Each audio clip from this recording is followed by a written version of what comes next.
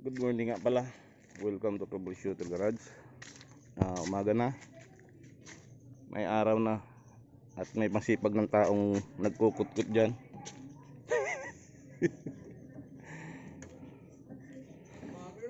Bubuksan natin to. At titingnan natin yung pressure nito. Continuation ng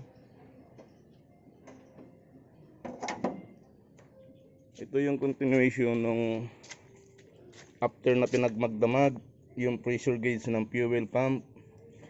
Ito titingnan na namin. Ayan, zero na. Kahapon unti-unting bumababa, nasa 15 no mga oras ng something 5 na siguro yon. So ngayon baba. Ray, mamaya ka na rin, mayroon pala ako schedule. Itabi mo lang muna sandali dyan ha. Sandali lang, itabi mo lang dito. Mayroong Sabado, papakita ko sa headshot. Sandali lang. Tapusin ko lang to. Kaya mong iganon doon. Ha? Matatapos siguro. Nahiya ako, sabi ko nga pala, may schedule pala ako, taga Kings Point pa yan. Hindi, after lunch. Sige. Mayroon nga rin magpapasundo rin doon, magpapagawa nung isang araw pa, kalimutan. Ha? Mamaya na rin ha. Thank you, Brad. So, ito na resulta niyan. Dahil gusto ko malaman ng may-ari na ganito nangyayari sa sakyan niya. So, ngayon try ko i-start, i-prime up kung gaano katagal kasi sabi niya hard starting talaga, natakot siya baka maubos yung baterya niya bago umandar, bago makaandar. So ito ngayon, tatry namin paandarin. Try mo nga paandarin John. Titingnan ko gaano ka bilis mag-prime up to. Start.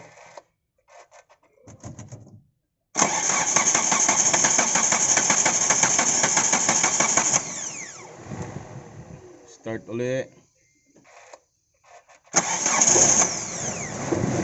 Yun. So, bago makarecover, matagal. Yun yung hard starting na sinasabi niya. Bago siya makarecover. So, ang gagalawin dito, may gagawin ako doon sa fuel pump. After ng fuel pump, maglalagay ako ng one-way valve.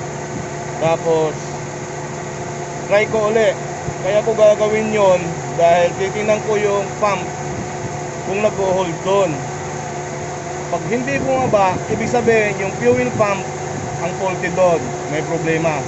Dapat kasi ang fuel pump pag nag-deliver ng fuel, magsasara, may valve doon na magsasara doon sa fuel pump na yon. So pagka yung valve ng fuel pump hindi ma-hold yung pressure, faulty yun. Although may paraan para magamit pa yung fuel pump na yun, so may gagawin doon. Yun muna yung unang procedure. Pag ganun pa rin, so dito na ako sa harapan ng makina magko-concentrate dito sa fuel well, at nandito yung pressure regulator valve. So yan ang unang gagalay, pero tingin ko buo.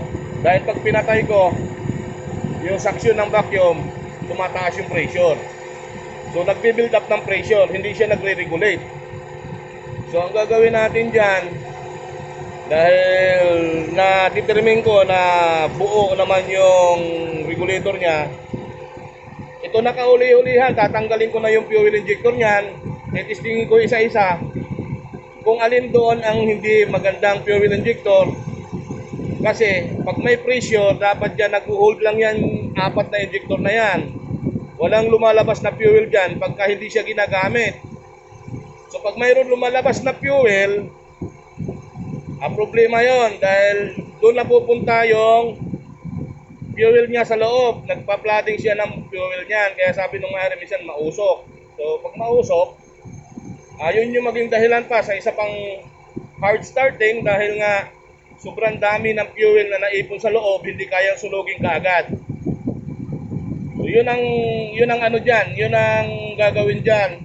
Dahil kailangan mahabang oras mo siyang obserbahan yung pressure na binil up niya sa pagitan ng magdamag, doon siya nauubos.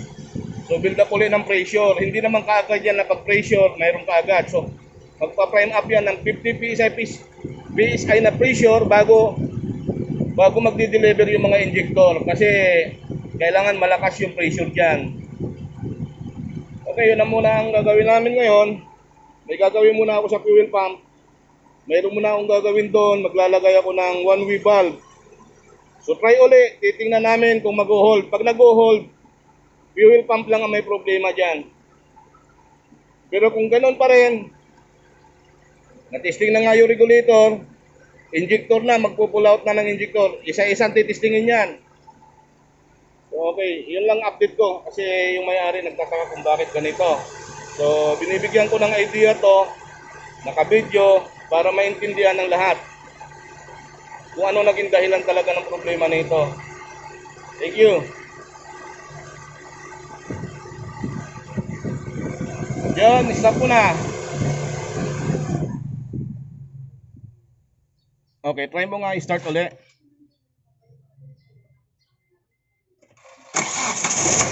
Oh, ganun na siya kabilis. Pagka ang pressure niya nandoon pa, ganun kabilis siya umandar. Pero pagka ang pressure bumaba, so ang pressure noon wala na dito sa loob ng fuel rail.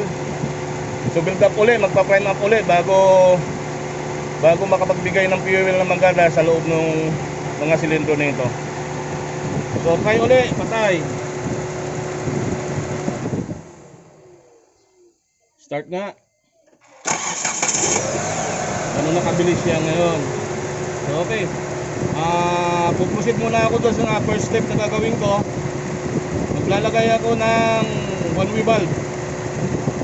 Papasok papunta rito.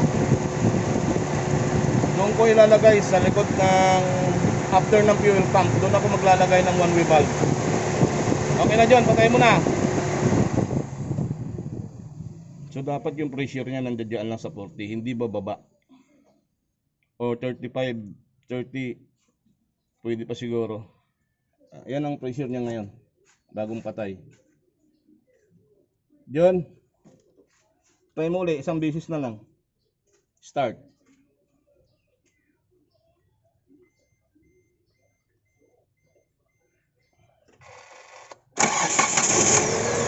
Okay, mabilis talaga siya pagka hindi nawawala yung pressure. Okay na, sige na, patay mo na.